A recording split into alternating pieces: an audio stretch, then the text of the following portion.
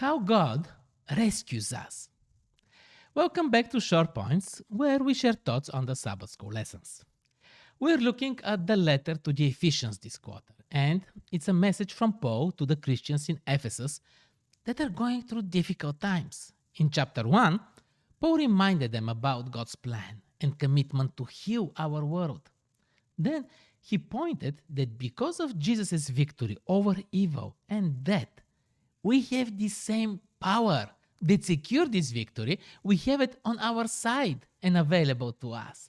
This changes the perspective on how we look at life. We are not mere victims of circumstances and evil. We have different lenses for looking at the world. Now we are entering chapter 2, and Paul is building up on what he already conveyed. Paul makes it more personal now. He looks at how our relationship with God affects and changes who we are. He makes three main points in this first part of chapter 2. First, we were dead in our trespasses. Second, God made us alive together with Christ. And third, we have been saved by grace and we live by grace. Let's expand a bit on these 3 points. Without God, we are dead. Life only comes from God. Separated from Him, we are slaves to darkness, deceived by Satan, deluded by our own desires, gratifying the cravings of our flesh and following its desires and thoughts. We were broken and against God.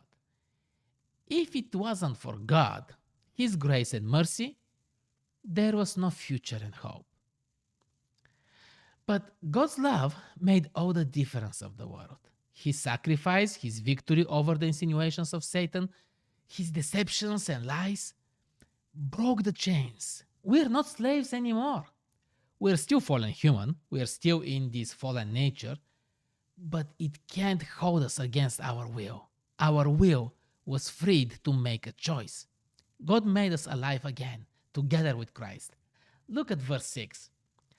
And God raised us up with Christ and seated us with Him in the heavenly realms in Christ Jesus.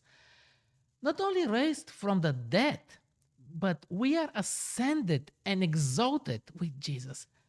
Let this sink for a bit. Not one day, in the future. Now. If it doesn't feel like it, grab it. Claim the promise. It doesn't mean that life will be easy, but it cannot hold us prisoners. Against this life of suffering, we have abundance in God. It's a different reality. I like how the author says it.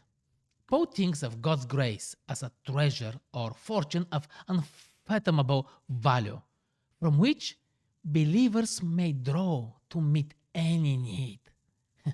This grand generosity of God towards us becomes an eloquent, ageless, and cosmic exhibit of His grace. God's grace makes the difference. If allowed, it changes us so deeply that this dead nature starts producing good things. The good that we do cannot save us. The good that we try to do on our own is vain efforts.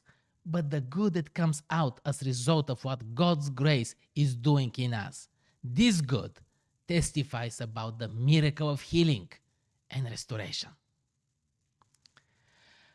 What will I take away from this lesson in the length of one tweet? #lesson-in-1. We were dead, deceived by Satan and deluded by our own desires.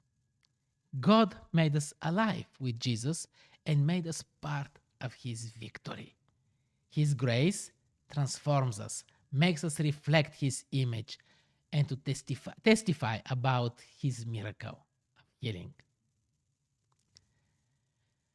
Next week, we will look at the rest of chapter 2 with a study labeled Horizontal Atonement, the Cross, and the Church.